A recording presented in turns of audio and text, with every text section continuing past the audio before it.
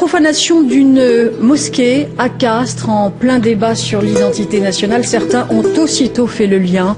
Des inscriptions xénophobes et des croix gammées ont été taguées sur les murs. Condamnation unanime sur place. Une enquête est en cours. On a appris ce matin que la mosquée d'Istres dans les Bouches-du-Rhône ainsi qu'une boucherie halal de Marseille ont été la cible de tirs ce week-end. 23 impacts de balles ont été relevés sur la façade du lieu de culte. Le Parti socialiste estime qu'il s'agit, je cite, de conséquences directes de la politique hasardeuse du gouvernement qui stigmatise une partie de la population. Des trous dans le gravier, la marque des tombes profanées.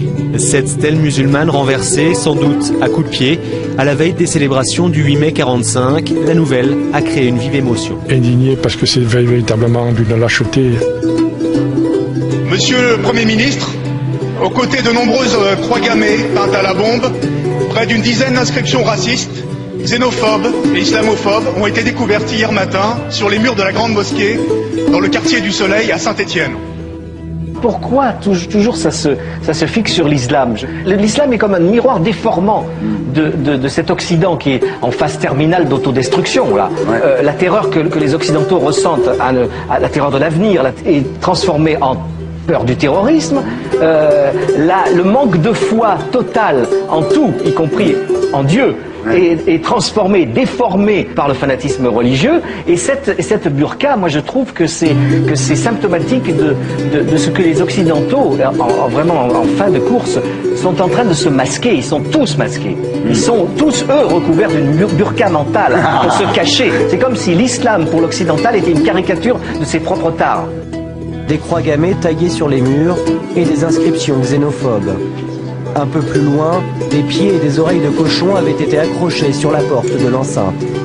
Pour les fidèles, cet incident n'est pas sans lien avec les récents débats autour de l'islam. La mosquée regroupe plus de 300 pratiquants réguliers. Après la stupeur, certains d'entre eux se sont empressés de cacher les inscriptions. Ils ont reçu le soutien de la préfète du département. Et je voulais exprimer ma solidarité à la communauté musulmane. Ces actes inqualifiables ont provoqué sur place une immense émotion et une incompréhension totale. Ils ont profondément choqué la communauté musulmane qui voit son lieu de culte souillé et plus largement tous les Stéphanois, tant ce déferlement de haine se situe aux antipodes de nos valeurs républicaines du vivre ensemble. En raison de son passé minier et industriel, la ville de Saint-Étienne a toujours été un creuset, une terre d'accueil, de brassage et d'intégration pour des hommes et des femmes venus de loin. Notre territoire, c'est tout ce qu'il doit à ces hommes et à ces femmes, quelle que soit leur origine ou leur croyance, venus à tour de rôle au cours de notre histoire, renforcer la main-d'œuvre économique et bâtir la richesse de notre pays. Monsieur le Premier ministre, devant la répétition de ces actes odieux, vous devez mettre un terme à ce climat de haine et de suspicion. Monsieur le Premier ministre,